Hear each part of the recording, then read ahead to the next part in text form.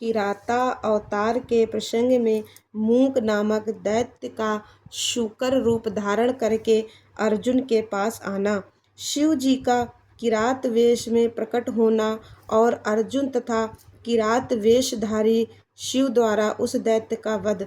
नंदीश्वर जी कहते हैं, मुनि तदनंतर अर्जुन व्यास जी के उपदेशानुसार विधि पूर्वक स्नान तथा न्यास आदि करके परम भक्ति के साथ शिव जी का ध्यान करने लगे।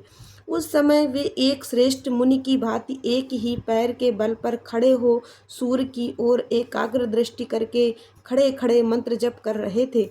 इस प्रकार वे परम प्रेम पूर्वक मन ही मन शिव जी का स्मरण करके शंभु के सर्वोत्कृष्ट पंचाक्षर मंत्र का जप करते हुए घोर तप करने लगे।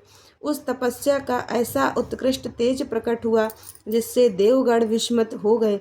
पुनः वे शिव जी के पास गए और समाहित चित्त से बोले, देवताओं ने कहा, सर्वेश एक मनुष्य आपके लिए तपस्या में निरत है। प्रभो, वह व्यक्ति जो कुछ चाहता है उसे आप दे क्यों नहीं देते? नंदीश्वर जी कहते, मुने, यूँ कहकर देवताओं ने अनेक प्रकार से उनकी स्तुति की। फिर उनके चरणों की ओर दृष्टि लगाकर वे विनम्र भाव से खड़े हो गए। तब उदार बुद्धि एवं प्रसन्नात्मा महाप्रभु शिव जी उस वचन को सुनकर ठठाकर हंस पड़े और देवताओं से इस प्रकार बोले। शिव जी ने कहा, देवताओं, अब तुम लोग अपने स्थान को लौट जाओ। मैं सब तरह से तुम लोगों का कार्य संपन्न करूंगा। यह बिल्कुल सत्य है, इसमें संदेह की गुंजाइश नहीं है। नंदीश्वर जी कहते हैं, मुने, शंभु के उस वचन को सुनकर देवताओं को पूर्णतः निश्चय हो गया। तब वे सब अपने स्थान को लौट गए। इसी समय मूक नामक दैत्य शूकर का रूप धारण करके वहां आया। विपेंद्र, उसे उस समय मायावी दुरात्मा दुर्योधन ने अर्जुन के पास भेजा था।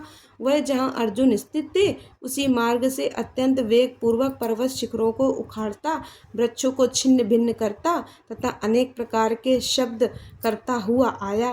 तब अर्जुन की भी दृष्टि उस मूक नामक असुर पर पड़ी। वे शिव जी के पाद पद्यों का स्मरण करके यूं विचार करने लगे। अर्जुन ने मन ही मन कहा, यह कौन है और कहाँ से आ रहा है? यह तो क्रूर कर्मा दिखाई पड़ रहा है। निश्चय ही ये मेरा अनिष्ट करने के लिए आ रहा है। इसमें तनिक भी संशय नहीं है, क्योंकि जिसका दर्शन होने पर अपना मन प्रसन्न हो जाए वह निश्चय ही अपना हितैषी है, और जिसके दिखने पर मन व्याकुल हो जाए वह शत्रु ही है। आचार से कुल का, शरीर से भोजन का, वार्तालाप से शास्त्र ज्ञान का और नेत्र से स्नेह का परिचय मिलता है। आकार से, चाल ढाल से, चेष्टा से, बोलने से तथा नेत्र और मुख के विकार से मन के भीतर का भाव जाना जाता है। नेत्र चार प्रकार के कहे गए हैं, उज्ज्वल, सरस, तिरछे और लाल। विद्वानों ने इनका भाव भी पृथक पृथक बतलाया है। नेत्र मित्र का संयोग होने पर उज्ज्वल, पुत्र दर्शन के समय सरस, कामनी के प्राप्त होने पर वक्र और शत्रु के दिख जाने पर लाल हो जाते हैं। इस नियम के अनुसार इसे देखते ही मेरी सारी इंद्रियां कलुषित हो उठी हैं। अतः यह निसंदेह शत्रु ही है और मार डालने योग्य है। इधर मेरे लिए गुरु जी की आज्ञा भी ऐसी है कि राजन, जो तुम्हें कष्ट देने के लिए उद्यत हो उसे तुम बिना किसी प्रकार का विचार किए अवश्य मार डालना, तथा मैंने इसीलिए आयुध भी तो धारण कर रखा है। यूं विचार कर अर्जुन बाण का संधान करके वहीं डट कर खड़े हो गए। इसी बीच भक्त वत्सल भगवान शंकर अर्जुन की रक्षा, उनकी भक्ति की परीक्षा और उस दैत्य का नाश करने के लिए शीघ्र ही वहां आ पहुँचे। उस समय उनके साथ गणों का यूथ भी था और वे महान अद्भुत सुशिक्षित भील का रूप धारण किए हुए थे। उनकी काछ बधी थी और उन्होंने वस्त्र खंडों से ईशान ध्वज बांध रखा था। उनके शरीर पर श्वेत धारियां चमक रही थीं। पीठ पर बाणों से भरा हुआ तरकस बंधा था और वे स्वयं धनुष बाण धारण किए हुए थे। उनका गढ़ युद्ध भी वैसी ही साज सज्जा से युक्त था। इस प्रकार शिव भिल्लराज बने हुए थे। वे सेनाध्यक्ष होकर तरह तरह के शब्द करते हुए आगे बढ़े। इतने में सूअर की गुर्राहट का शब्द दसों दिशाओं में गूंज उठा। उस शब्द से पर्वत आदि सभी जड़ पदार्थ झन्ना उठे।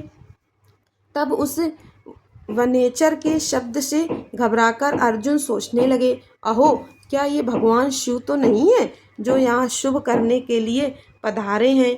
क्योंकि मैंने पहले से ही ऐसा सुन रखा है। पुनः श्री कृष्ण और व्यास जी ने भी ऐसा ही कहा है तथा देवताओं ने भी बारंबार स्मरण करके ऐसी ही घोषणा की है कि शिव जी कल्याणकर्ता और सुखदाता हैं। वे मुक्ति प्रदान करने के कारण मुक्तिदाता कहे जाते हैं। उनका नाम स्मरण करने से मनुष्यों का निश्चय ही कल्याण होता है। जो लोग सर्वभाव से उनका भजन करते हैं उन्हें स्वप्न में भी दुख का दर्शन नहीं होता। यदि कदाचित कुछ दुख आ ही जाता है तो उसे कर्म जनित समझना चाहिए। सो भी बहुत ही आशंका होने पर भी थोड़ा होता है, अथवा उसे विशेष रूप से प्रारब्ध का ही दोष मानना चाहिए, अथवा कभी कभी भगवान शंकर अपनी इच्छा से थोड़ा या अधिक दुख भुगताकर फिर निसंदेह उसे दूर कर देते हैं। वे विष को अमृत और अमृत को विष बना देते हैं। यूँ जैसी उनकी इच्छा होती है वैसा वे करते हैं। भला उन समर्थकों को कौन मना कर सकता है? अन्यान्य प्राचीन भक्तों की भी ऐसी ही धारणा थी। अतः भावी भक्तों को सदा इसी विचार पर अपने मन को स्थिर रखना चाहिए। लक्ष्मी रहे अथवा चली जाए, परंतु आँखों के सामने ही क्यों ना उपस्थित हो जाए। लोग निंदा करें अथवा प्रशंसा, परंतु शिव भक्ति से दुखों का विनाश होता ही है। शंकर अपने भक्तों को चाहे वे पापी हों या पुण्यात्मा सदा सुख देते हैं। यदि कभी वे परीक्षा के लिए भक्तों को कष्ट में डाल देते हैं तो अंत में दयालु स्वभाव होने के कारण वे ही उसके सुखदाता भी होते हैं। फिर तो वह भक्त उसी प्रकार निर्मल हो जाता है जैसे आग में तपाया हुआ सोना शुद्ध हो जाता है। इसी तरह की बातें मैंने पहले भी मुनियों के मुख से सुन रखी हैं। अतः मैं शिव जी का भजन करके उसी से उत्तम सुख प्राप्त करूंगा। अर्जुन यूं विचार कर ही रहे थे, तब तक बाण का लक्ष्यभूत वह सूअर वहां आ पहुंचा। उधर शिव जी भी उस सूअर के पीछे लगे हुए दिख पड़े। उस समय उन दोनों के मध्य में एक सूकर अद्भुत शिखर सा दिख रहा था। उसकी बड़ी महिमा कही गई है। तब भक्त वत्सल भगवान शंकर अर्जुन की रक्षा के लिए बड़े वेग से आगे बढ़े। इसी समय उन दोनों ने उस सूकर पर बाण चलाया। शिव जी के बाण का लक्ष्य उसका पुच्छ भाग था और अर्जुन ने उसके मुख को अपना निशाना बनाया था। शिव जी का बाण उसके पुच्छ भाग से प्रवेश करके मुख के रास्ते निकल गया और शीघ्र ही भूमि में विलीन हो गया। तब अर्जुन का बाण उसके पिछले भाग से निकलकर बगल में ही गिर पड़ा। तब वह शूकर रूपधारी दैत्य उसी क्षण मरकर भूतल पर गिर पड़ा। उस समय देवताओं को महान हर्ष प्राप्त हुआ। उन्होंने पहले तो जय जयकार करते हुए पुष्पों की वृष्टि की, फिर वे बारंबार नमस्कार करके स्तुति करने लगे। उस समय उन दोनों ने दैत्य के उस क्रूर रूप की ओर दृष्टिपात किया। उसे देखकर शिव जी का मन संतुष्ट हो गया और अर्जुन को महान सुख प्राप्त हुआ। तत्पश्चात अर्जुन मन ही मन विशेष रूप से सुख का अनुभव करते हुए कहने लगे, अहो, ये श्रेष्ठ दैत्य परम अद्भुत रूप धारण करके मुझे मारने के लिए ही आया था, परंतु शिव जी ने मेरी रक्षा की है। निसंदेह उन परमेश्वर ने ही आज इसे मारने के लिए मेरी बुद्धि को प्रेरित किया है। ऐसा विचार कर अर्जुन ने शिव नाम संकीर्तन किया और फिर बारंबार उनके चरणों में प्रणाम करके उनकी स्तुति की।